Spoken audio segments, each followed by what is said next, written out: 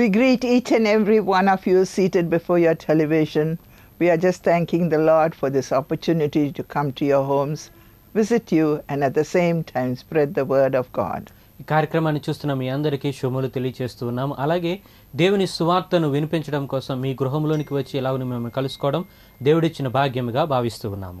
We are so excited about this season now, as we are going to discuss the first coming, and it will give us a great excitement to wait for the second coming. మరి యొక్క కాలంలో ఉన్నటువంటి మనము క్రీస్తు ప్రభువారి యొక్క మొదటి రాకను గురించినటువంటి విషయాలు మాట్లాడుకుంటూ రెండవ రాకడ కొరకు మనము సిద్ధపడుతూ ఉన్నాము.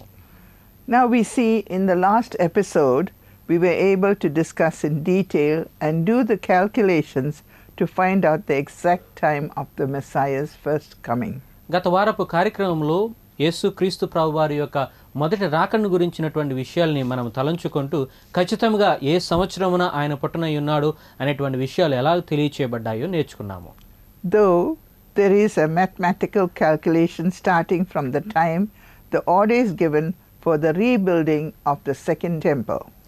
యెరూషలేములో ఉన్నటువంటి దేవాలయం రెండోసారి నిర్మాణం చేయబడడానికి కావలసినటువంటి ఆజ్ఞలు ఇవ్వబడినటువంటి కాలము నుంచి ఈ యొక్క సంఖ్య లెక్కింపబడ్డం అనేటువంటిది ప్రారంభమైనది. We see Gabriel tells Daniel that since the commencement there will be a period of 7 plus 62 weeks.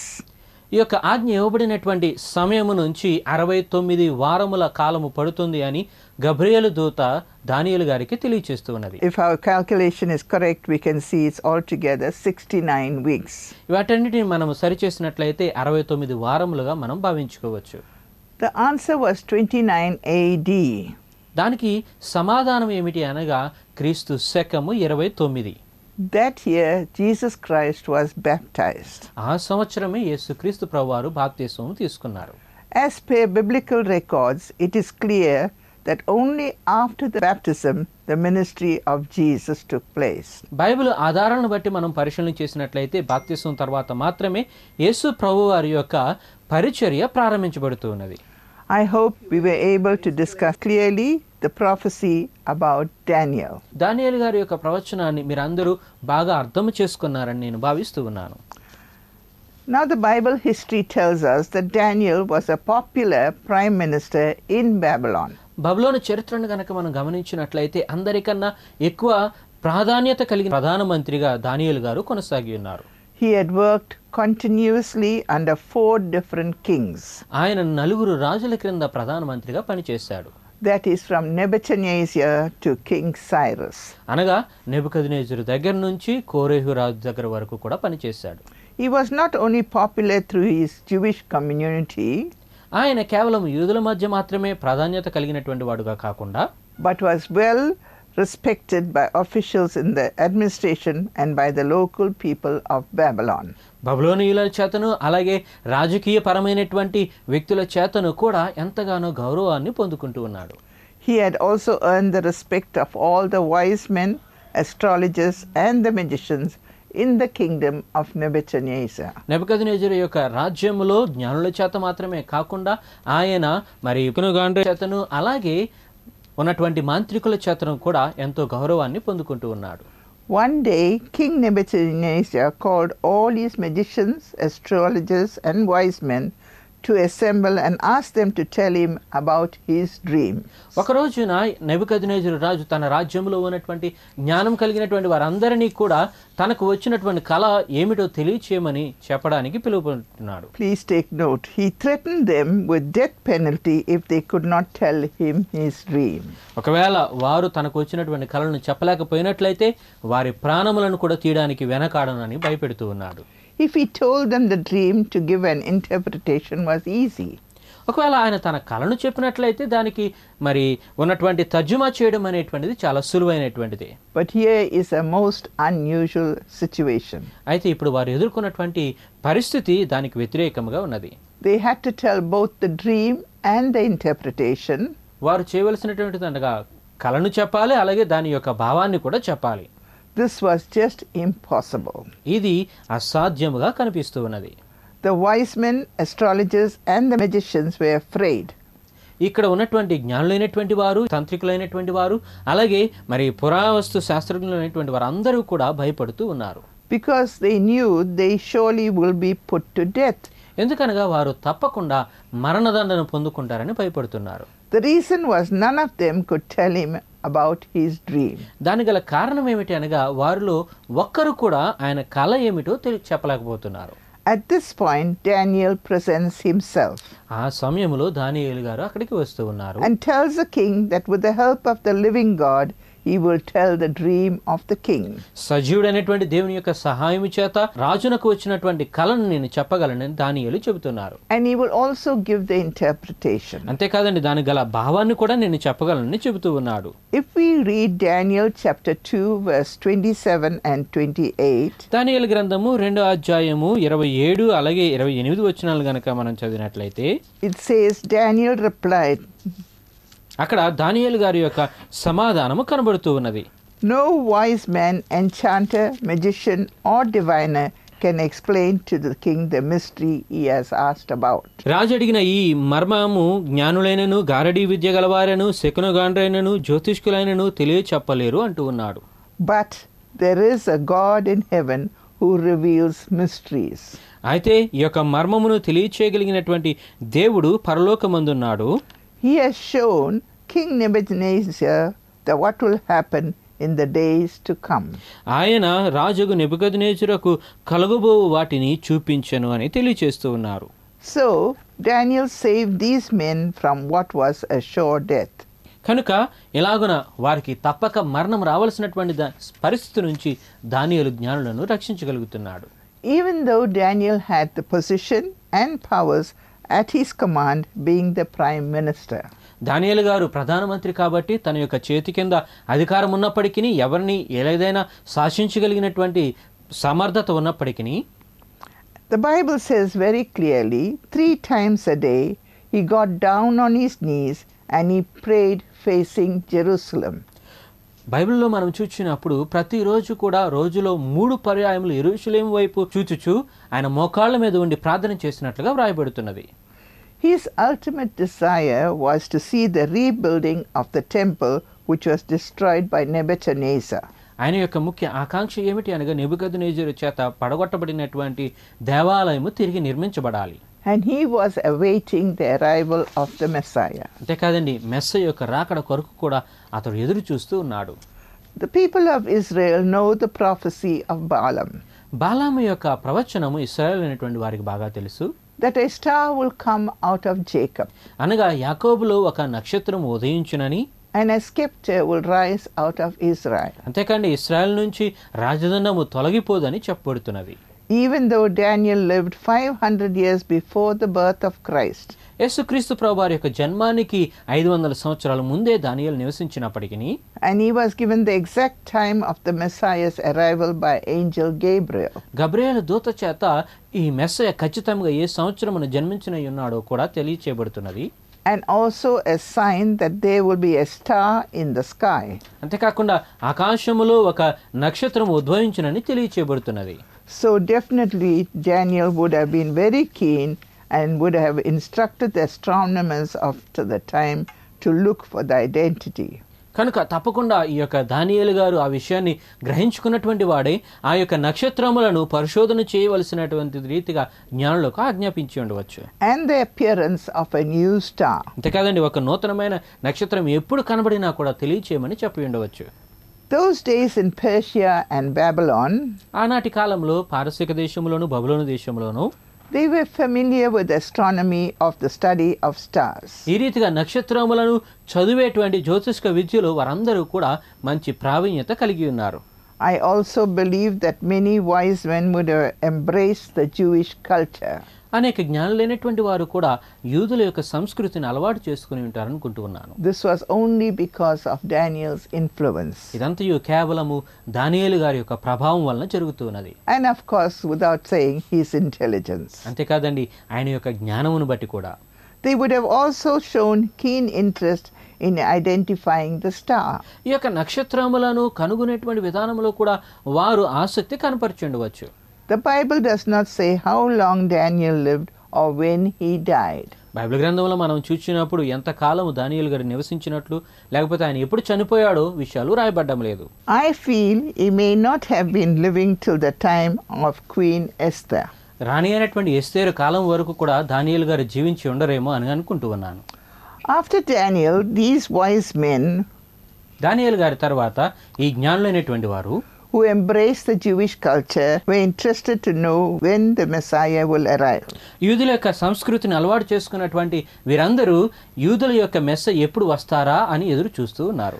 And they were looking for the sign, the special star. అందుకే కాకుండా ఒక ప్రత్యేకమైనటువంటి నక్షత్రము కనబడాలని కూడా ఎదురు చూస్తూ ఉన్నారు. So when I say star, our minds recalls that there was a star which was prophesied by prophet Balaam. ఎప్పుడైతే నక్షత్రము అని మనం భావించుకుంటామో వెంటనే ఈ యొక్క నక్షత్రాన్ని గురించి తెలియచెబడినటువంటి బాలాం యొక్క ప్రవచనం మనకు గుర్తొస్తుంటుంది. That is 1500 before Christ or 1000 years before Daniel. మరి ఈ ప్రవచనాన్ని బిలాము గారు ఎప్పుడు ఇచ్చారు అనగా క్రీస్తు ప్రభువారి కన్నా 1500 సంవత్సరాలకు ముందుగా, దానియేలు గారి కన్నా 1000 సంవత్సరాలకు ముందుగానే ఈ ప్రవచనం చెప్పబడినది. Last week I told you we will see about Balaam's prophecy. గత వారములో బిలాము యొక్క ప్రవచనాన్ని గురించి నేను తెలియచేస్తానని మీకు చెప్పి ఉన్నాను. In the book of Numbers 24 verses 17 to 19, సంఖ్యాకాండము 24వ అధ్యాయము 17 నుంచి 19వ వచనం వరకు చూస్తే, Prophet Balaam prophesied 1500 years before the birth of Jesus Christ. క్రీస్తు ప్రభువారి యొక్క జన్మానికి 1500 సంవత్సరాలకు ముందుగానే బిలాము ప్రవక్త ఈ ప్రవచనాన్ని తెలియచేస్తూ ఉన్నాడు. As a star and a scepter. ఒక నక్షత్రముగాను అలాగే ఒక రాజదండముగా ఉంటారని చెబుతూ ఉన్నాడు. I want to explain to you a brief background of Balaam. ఈ బిలామును గురించినటువంటి కొన్ని వచనాలని నీకు తెలియచేయాలని భావిస్తూ ఉన్నాను. Frightened by the fall of the lands of the Amorites and the Bashan, the king of Moab and Midian united for the purpose of a common attack. మరి ఇశ్రాయేలు అయినటువంటి వారు, అమోరీయులైనటువంటి వారిని, బాషానీయులైనటువంటి వారిని వారు యుద్ధంలో విజయం పొందుకున్నారు కాబట్టి మాదీయుల యొక్క రాజు అతనికి వ్యతిరేకంగా ఉండడానికి అన్నట్టు ఇక్కడ ప్రయత్నం చేస్తూ ఉన్నాడు. Upon the children of Israel. ఇశ్రాయేలుల మీదకి యుద్ధం చేయడానికి. Remember, the people of Israel were led by Moses and were going to the promised land from Egypt. ఇశ్రాయేలు అయినటువంటి వారు మోషే యొక్క నాయకత్వంలో ఐగుప్తు దేశంలో నుంచి వాగ్దాన దేశమునకు వెళుతూ ఉన్నారు. Balak, the newly elected king of Moab, నూతనంగా మోయాబీల మీద రాజుగా ఏర్పాటు చేయబడినటువంటి బాలాకు had been put in charge of the plans. ఆ యొక్క పనిని కొనసాగించడానికి అన్నట్లుగా ఏర్పాటు చేస్తూ ఉన్నాడు. Thinking of the surprising victories of the outnumbered troops of the Jewish people. యూదులైనటువంటి వారు సంఖ్యకు తక్కువే ఉన్నప్పటికీ కూడా ఆశ్చర్యకరంగా వారు పొందుకున్నటువంటి విజయాలను గురించి ఆలోచన చేస్తూ ఉన్నాడు. Balak came to a conclusion. బాలాకు కలిగినటువంటి ఆలోచన ఏమిటంటే, These victories could never be won by war. ఈ యొక్క యుద్ధములు కేవలము ఆ యొక్క యుద్ధము చేయడం వల్లనే వారికి విజయం సంభవించడం లేదని భావించుకున్నాడు. He believed that the only way to destroy the victorious Jews was to outdo them in magic by a spell stronger than theirs. ఈ రీతిగా యూదులైనటువంటి వారిని గనక మనం జయించాలంటే వారిని యుద్ధంలో కాదు కానీ వారి మీద కొన్ని ప్రవచనాల ద్వారానే జయించగలమని భావించుకుంటూ ఉన్నాడు. Balak therefore sent messengers to Balaam. అందుకనే ఈ యొక్క బాలాకు బిలామును పిలవడానికి అన్నట్లుగా కొందరిని పంపిస్తూ ఉన్నాడు. Asking him to come to Moab. మోయాబు దగ్గరకు రమ్మని బిలామును పిలుస్తూ ఉన్నాడు. To curse the people of Israel. ఇశ్రాయేలు అయినటువంటి వారిని శపించడానికి పిలుస్తూ ఉన్నాడు. Who were threatening to take their lands. వారి యొక్క భూభాగం ఆక్రమించుకోవడానికి అన్నట్లుగా ఎదురు చూస్తున్నటువంటి వారిని. Balaam was a well known as a prophet and a seer in those days. ఆనాటి కాలంలో బిలాము ఒక ప్రవక్తగాను అలాగే ప్రవచనములను చెప్పగలిగేటువంటి వాడుగా అందరి చేత పిలువబడుతూ ఉన్నాడు. Balaam knew that he could not do anything against God's will. దేవుని ప్రణాళికకు వ్యతిరేకముగా తానేమీ చేయలేనని బిలామునకు తెలుసు. He informed Balak's people he will only speak what God will allow him to say. అందుకనే బాలాకు పంపించినటువంటి వారితో బిలాము ఏమి చెబుతున్నాడు అనగా దేవుడు ఏదైతే చెబుతాడో దానిని మాత్రమే నేను పలుకగలను. However, అయినప్పటికీ King Balak was persistent. రాజైనటువంటి మరి బాలాకు అతనిని రమ్మని వేడుకుంటూ ఉన్నాడు.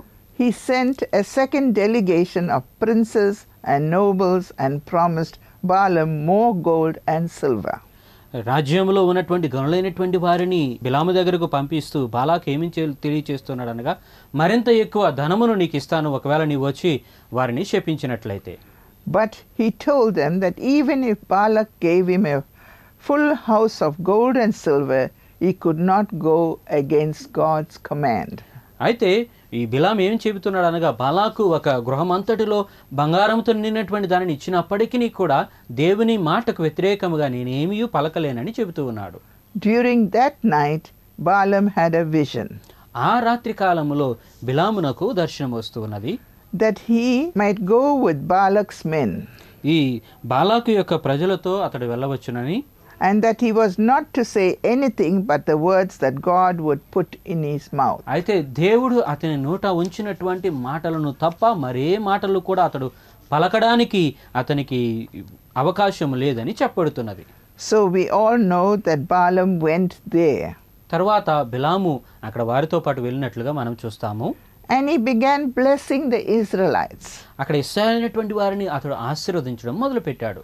Instead of cursing them. వారిని శపించడానికి బదులుగా.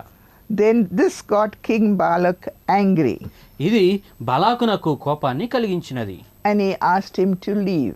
అప్పుడు అతన్ని విడిచి వెళ్ళిపోమని చెబుతూ ఉన్నాడు. At this point Balaam tells him something. ఆ తర్వాత బిలాము అతనికి మరొక విషయాన్ని తెలియచేస్తూ ఉన్నాడు. If we read Numbers, the book of Numbers 24:14, ఒకసారి మనము సంఖ్యాకాండం 24వ అధ్యాయము 14వ వచనాన్ని చదివినట్లయితే it says, ఇక్కడ ఏమని రాయబడుతుందనగా, Now I am going back to my people, but let me warn you of what this is. చిత్తగించుము, నేను నా జనుల యొద్దకు వెళ్ళుచున్నాను, అయితే నీకు విసిదపరిచెదను రమ్మని చెబుతూ ఉన్నాడు. What the people will do to your people in the days to come. అయితే కడపటి దినములలో ఈ జనులు నీ జనులకేమి చేయుదురు నేను చెప్పేదనంటున్నాడు. Then Balaam goes on to tell an important prophecy. ఆ తర్వాత బిలాము ఒక ముఖ్యమైనటువంటి ప్రవచనాన్ని తెలియచేస్తూ ఉన్నాడు. That is recorded in the book of Numbers chapter 24 verse 17. ఆ విషయాలను మనము సంఖ్యాకాండం 24వ అధ్యాయము 17వ వచనములో వ్రాయబడి ఉండడాన్ని గమనిస్తాము. Let me read it for you. దీనిని మీ కొరకు నేను చదువుతున్నాను. A star will come out of Jacob. నక్షత్రము యాకోబులో ఉదయించును. A scepter will rise out of Israel. రాజదండము ఇశ్రాయేలులో నుండి లేచును. So this star which was prophesied 1500 years before, ఈ రీతిగా క్రీస్తు ప్రభువారి జన్మానికి 1500 సంవత్సరాల ముందుగానే ప్రవచించబడినటువంటి నక్షత్రము was identified by the wise men. ఈ నక్షత్రమును జ్ఞానులైనటువంటి వారు కనుగొంటూ ఉన్నారు. So the Bible says, కనుకనే బైబిల్ గ్రంథం ఏమి తెలియచేస్తుందనగా, these men came from the east. ఈ ప్రజలు తూర్పు నుంచి వస్తూ ఉన్నారని వ్రాయబడుతున్నది. That is the east of Israel, అనగా ఇశ్రాయేలు దేశానికి తూర్పు భాగము. or Jerusalem, which must be Persia or Babylon. అది యెరూషలేమునకు తూర్పు వైపు అనగా పారసిక దేశము గాని బబులోను దేశము గాని అయి ఉంటుంది. So most probably the wise men have come from Babylon. కనుక ఈ యొక్క జ్ఞానులైనటువంటి వారు బబులోను దేశం నుంచి వచ్చి ఉండవచ్చు అనుకుంటున్నాము. Babylon to Jerusalem is approximately about 1200 kilometers. అప్పుడు మనం ఆలోచన చేసినట్లయితే బబులోను దేశం నుంచి యెరూషలేము వరకు రావాలంటే అది దాదాపుగా 1200 కిలోమీటర్ల దూరం ఉన్నది. And Jerusalem to Bethlehem is about 9 kilometers. అలాగే యెరూషలేము నుంచి బెత్లెహేమునకు ఉన్నటువంటి దూరము 9 కిలోమీటర్లు. The Bible does not record how many wise men came to visit Jesus Christ in Bethlehem. బెత్లెహేములో ఉన్నటువంటి యేసు ప్రభువారిని చూడడానికి ఎంతమంది జ్ఞానులు వచ్చారు అనేటువంటి విషయం బైబిల్లో రాయబడలేదు. When we say star, we all know that it is visible only in the night time. ఎప్పుడైతే నక్షత్రం అని చెబుతూ ఉంటామో ఈ నక్షత్రములు సాధారణంగా రాత్రి సమయంలో మాత్రమే కనబడుతుంటాయి. So I presume కనుక నా ఉద్దేశం ఏమిటంటే they would have traveled through the night taking rest during the day. వారు రాత్రి కాలంలో ప్రయాణం చేస్తూ పగటి వేళ విశ్రాంతి తీసుకుని ఉండవచ్చు. Since they would have traveled a long distance crossing mountains and rivers and borders of different countries. ఎందుకనగా వారు ఎక్కువ దూరం ప్రయాణం చేయవలసి ఉన్నది, అలాగే అనేక దేశములను దాటుకుంటూ కొండలను లోయలను దాటుకుంటూ రావాల్సి ఉన్నది. Definitely కనుక ఖచ్చితంగా a group of wise men would have traveled together. ఈ యొక్క జ్ఞానులైనటువంటి వారు ఒక సమూహముగా వచ్చి ఉంటారు. And most probably they would have used the camel as a mode of transport. అంతేకాకుండా వారు ఈ యొక్క ఒంటెలను వారి ప్రయాణ సాధనములుగా ఉపయోగించి ఉండవచ్చు. And remember, for this was a long distance journey. ఎందుకనగా ఈ యొక్క ప్రయాణము చాలా కాలమును తీసుకుంటూ ఉన్నది. The camel was a popular transport those days. ఆనాటి కాలంలో ఈ ఒంటెలు అనేటువంటివి ఎక్కువగా ప్రయాణం కొరకు ఉపయోగించబడేవి. To travel to far off lands. ఇలాగున ఆ యొక్క దూరముగా ఉండేటువంటి ప్రాంతాలకు వెళ్ళడానికి. The camel can walk fast on the desert sand, but this route would have been a rough terrain. మరి ఈ యొక్క ఒంటెలు అనేటువంటివి ఎడారుల్లో అవి వేగముగా ప్రయాణం చేయగలుగుతూ ఉంటాయి. కానీ నేటి కాలంలో ఈ యొక్క ప్రయాణం అనేటువంటిది ఒక గట్టి భాగంలో జరుగుతున్నట్లుగా చూడవచ్చు. A camel can only cover roughly about 30 to 40 kilometers a day. ఒక రోజున ఈ యొక్క ఒంటె దాదాపుగా 30 నుంచి 40 కిలోమీటర్ల దూరం వరకు ప్రయాణం చేయగలదు. Also sitting on a camel and traveling the long journey. అంతేకాకుండా ఆ యొక్క ఒంటి మీద కూర్చొని ఎంత దూర ప్రయాణాన్ని వారు చేయవలసి ఉంటుంది. Is not easy. అది అంత సులువైనది కాదు. It does not have a level back surface to have a comfortable ride. ఈ యొక్క ఒంటి మీద కూర్చొని ప్రయాణం చేయడానికి అవసరమైనటువంటి సమతలమైనటువంటి భాగము ఉండదు. Only those who have traveled on a camel can understand this. ఈ రీతిగా ఒంటి మీద ప్రయాణం చేసిన వారు మాత్రమే ఆ శ్రమను అర్థం చేసుకోగలరు. I presume the journey would have taken between 1 to 2 years to reach Jerusalem. దాదాపుగా ఈ యొక్క జ్ఞానులైనటువంటి వారు యెరూషలేము చేరుకోవడానికి 1 లేక 2 సంవత్సరాల కాలం పట్టిందని అనుకుంటూ ఉన్నాను. Instead of simply following the star and reaching their destination, ఈ యొక్క నక్షత్రాన్ని వారు వెంబడిస్తూ చేరుకోవలసినటువంటి గమ్యాన్ని చేరుకోవడానికి బదులుగా they anticipated the birth of a king would be in a palace. ఈ రాజు యొక్క జన్మం అనేటువంటిది తప్పకుండా రాజగృహంలో జరుగుతుంది అని అనుకుంటూ ఉన్నారు. So they went straight to the palace at Jerusalem. కనుకనే రాజమందిరంలోనికి యెరూషలేములో ఉన్నటువంటి దగ్గరికి వెళుతూ ఉన్నారు. Herod was the king at that time. ఆ కాలంలో హేరోదు రాజుగా ఉన్నాడు. We all know the incident of them meeting with the king. రాజును కలిసిన తర్వాత జరిగినటువంటి సంగతులన్నీ కూడా మనకు తెలుసు. They inquired whether the king was born in the palace.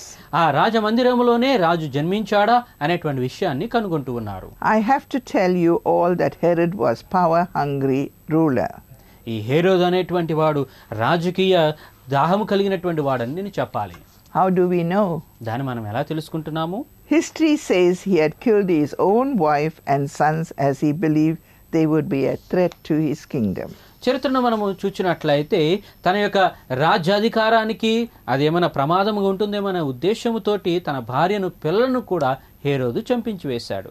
When he heard the information about the birth of the king, ఎప్పుడైతే రాజు జన్మాన్ని గురించినటువంటి సమాచారం అతడు విన్నాడో, he called all his scholars and wise men to find out the prophecy. అతడు తన రాజ్యంలో ఉన్నటువంటి జ్ఞానులైనటువంటి వారందరినీ కూడా ఆ ప్రవచనం ఏమిటో తెలుసుకోవడానికి పిలిచాడు. About the birth of a Jewish king. యూదుల యొక్క రాజు జన్మాన్ని గురించిన విషయాలను తెలుసుకోవడానికి. We all know though he was called King Herod, అతడు ఒకవేళ రాజు అయిన హేరోదు అనిగా పిలువబడినప్పటికీ he did not come from that royal lineage. అతడు రాజ కుటుంబానికి చెందినటువంటి వాడు కాదు. So he was informed by the people's chief priests and teachers. కనుకనే ఆయన దగ్గరకు వచ్చినటువంటి మరి శాస్త్రులైనటువంటి వారి చేతను ప్రధాన యాజకుల చేత ఏమి తెలియచేయబడుతుందంటే, of the law that prophet Micah wrote a prophecy 500 years before. మరి ధర్మశాస్త్రములో మీకా గారి చేత 500 సంవత్సరాలకు ముందుగా వ్రాయబడినటువంటి ప్రవచనం ఆయనకు చూపించబడుతున్నది. Let's read the prophecy of Micah 5:2. మీకా గ్రంథము 5వ అధ్యాయం 2వ వచనంలో ఉన్నటువంటి ప్రవచనాన్ని మనం చదువుతాము. But though Bethlehem Ephratah, oh Bethlehem Ephrathah, though thou be little among the thousands of Judah, యూదా వారి కుటుంబములో నీవు స్వల్ప గ్రామమైనను, yet out of thee shall he come forth unto me, that is to be a ruler in Israel. నా కొరకు ఇశ్రాయేలులను ఏలబోవువాడు నీలో నుండి వచ్చును. So he was sure that the king would be born in Bethlehem, కనుక బెత్లెహేములో తప్పకుండా ఈ రాజు జన్మిస్తాడన్న విషయం అతనికి తెలిసినది. which was inside his territory at a distance of 9 kilometers. అది దాదాపుగా 9 కిలోమీటర్ల దూరంలోనే తన రాజకీయ పరిధిలోనే ఉన్నటువంటి భూభాగము. He had no idea of the child was born or was going to be born. ఆ యొక్క బాలుడు జన్మించాడా లేకపోతే జన్మించనై ఉన్నాడా అనేటువంటి విషయము అతనికి తెలియలేదు. The Bible says he secretly called the wise men. Bible గ్రంథంలో మనం చూసినట్లయితే అతడు జ్ఞానులను రహస్యముగా పిలుస్తూ ఉన్నాడు. And he asked them about the time of the birth of this child. అలాగే ఈ యొక్క బాలుడు ఎప్పుడు జన్మించి ఉన్నాడు అనేటువంటి విషయాన్ని వారి దగ్గర నుంచి తెలుసుకుంటూ ఉన్నాడు. So the wise men calculated from the appearance of the star till they reached the palace. కనుక ఈ జ్ఞానులైనటువంటి వారు ఈ నక్షత్రం ఎప్పుడు తమకు కనబడినదో అప్పటి నుంచి ఆ యొక్క రాజగృహానికి చేరుకుని వచ్చేంత వరకు కూడా ఉన్న సమయాన్ని ఆయనకి లెక్కించి చెబుతున్నారు. And they said it was roughly around 2 years. దాదాపుగా 2 సంవత్సరముల కాలము పట్టి ఉండవచ్చని చెబుతూ ఉన్నారు. With this information we conclude the journey must have taken about 2 years. మరి ఈ సమాచారముతోటి వారి యొక్క ప్రయాణము 2 సంవత్సరాలు పట్టిందని మనం చెబుతూ ఉన్నాము. Now Herod knew the place of the birth.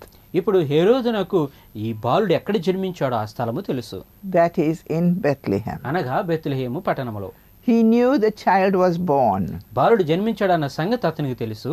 As per the wise man's calculation, ఆ యొక్క జ్ఞానుల యొక్క లెక్కల ప్రకారముగా he understood the child must be 2 years old. ఆ యొక్క బాలుడు దాదాపుగా 2 సంవత్సరాల ప్రాయము కలిగిన వాడై ఉంటాడని అనుకుంటూ ఉన్నాడు. He could have immediately sent his soldiers to search, but he is very particular that he must identify the right child. అతడు వెంటనే తన సైనికులైనటువంటి వారిని ఆ బాలును పట్టుకోవడానికి అన్నట్లుగా పంపించవచ్చు కానీ ఖచ్చితంగా ఏ బాలుడు అన్న విషయాన్ని తెలుసుకోవడానికి ప్రయత్నం చేస్తున్నాడు. Not to worship him, but to put the child to death. అతను ఆరాధన చేయడానికి కాదు కానీ ఆ బాలుని చంపడానికి అన్నట్లుగా ప్రయత్నం చేస్తున్నాడు. So he requested them to go and search for the child. కనుకనే జ్ఞానులైనటువంటి వారికి ఏం తెలియచేస్తున్నాడు అనగా మీరు వెళ్ళి ఆ బాలుడు ఎక్కడున్నాడో నాకు తెలియచేయమంటున్నాడు. Find him and then return to inform him. అతన్ని కనుగొని నాకు తిరిగి ఆ విషయాన్ని తెలియచేయమంటూ ఉన్నాడు. Then the Bible says the wise men went and met the child and worshipped him. ఆ తర్వాత మనం చూసినట్లయితే జ్ఞానులైనటువంటి వారు ఆ బాలును కలుసుకున్నట్లుగా అతను ఆరాధన చేసినట్లుగా వ్రాయబడుతున్నది. I want you to take particular note of this information that we are going to give you. ఇప్పుడు మేము చెప్పనటువంటి ఈ విషయాలను మీరు జాగ్రత్తగా గమనించాలని భావిస్తూ ఉన్నాను. They met Jesus in a house and not in a manger. ఆ యొక్క జ్ఞానులు యేసును ఒక ఇంటిలో కలుసుకుంటూ ఉన్నట్లుగా మరి పశువుల శాలలో కాకుండా అన్నట్లుగా చూడాలి. As we see on paintings and postcards. మరి ఈ యొక్క ఉన్నటువంటి చిత్రములన్నిటిలో కూడా మనం గమనించినట్లయితే First, when Mary and Joseph reached Bethlehem, there was no place, so she gave birth in a manger. యోసేపు మరియలైనటువంటి వారు బెత్లెహేము చేరుకునేటువంటి సమయానికి అక్కడ వారికి స్థలమేమీ దొరకలేదు కాబట్టి పశువుల శాలలో ఆమె జన్మిస్తూ ఉన్నది. But later they would have got a place to stay at Joseph's native place, which was Bethlehem. ఆ తర్వాత అది యోసేపు యొక్క స్వస్థలము కాబట్టి తప్పకుండా వారు నివసించడానికి ఒక స్థలము దొరికి ఉండవచ్చు అనుకుంటున్నాను. Then we know that the wise men departed to Babylon in a different route. ఆ తర్వాత మనం ఆలోచన చేసినట్లయితే జ్ఞానులైనటువంటి వారు బబులోను దేశానికి మరొక మార్గములో వెళుతున్నట్లుగా చెప్పబడుతున్నది. Because they were warned by God in a dream. ఎందుకనగా దర్శనములో వారికి హెచ్చరిక చేయబడుతున్నది. Not to go back the same way. వారు వచ్చిన దారిలోనే మీరు వెళ్ళకూడదని తెలియచేయబడుతున్నది. When King Herod understood that he was cheated by the wise men, ఎప్పుడైతే జ్ఞానులైనటువంటి వారు తన్ను మోసగించారని హెరోదు తెలుసుకున్నాడో he was wild in his anger. అతడు ఎంతో కోపాన్ని తెచ్చుకుంటూ ఉన్నాడు. He asked the soldiers to kill all the male children 2 years and below in Bethlehem. అతడు సైనికులైనటువంటి వారిని పంపించి బెత్లెహేములో ఉన్నటువంటి ఈ 2 సంవత్సరాల ప్రాయం కలిగినటువంటి బాలులను అందరినీ కూడా చంపేయమంటున్నాడు. I hope you are inspired and have learned what we have seen today about the prophecy of Balaam. ఈ బిలాము యొక్క ప్రవచనము ఎలాగ నెరవేర్పులోనికి వస్తూ ఉన్నదో ఇప్పుడు మీరు గమనించుకున్నారని భావిస్తున్నాను. He had said, ఆయన ఏమంటున్నాడు అనగా a star will come out of Jacob. యాకోబులో ఒక నక్షత్రము ఉదయించును. A scepter will rise out of Israel. రాజదండము ఇశ్రాయేలులో నుండి లేచును. I am sure you will read the Bible with more interest and enthusiasm. ఇంకా మీరు ఆసక్తి కలిగినటువంటి వారుగా బైబిల్ను చదువుతారని భావిస్తూ ఉన్నాను.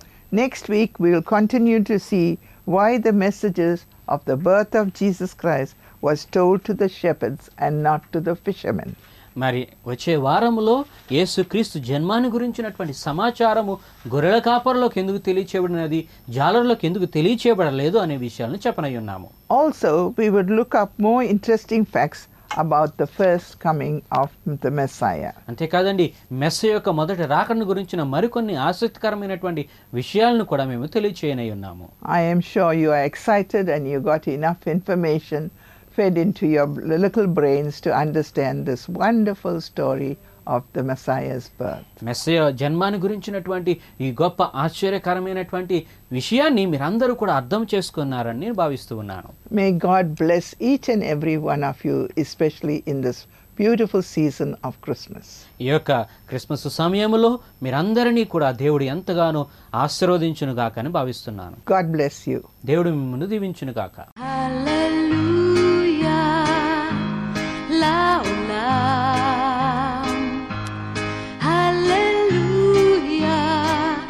ישירו כולם במילה אחת תודה, הלב מלא בהמון תודה, והולם גם הוא איזה עולם נפלא. הללויה עם השיר, הללויה על יום שמאיר, הללויה על מה שהיה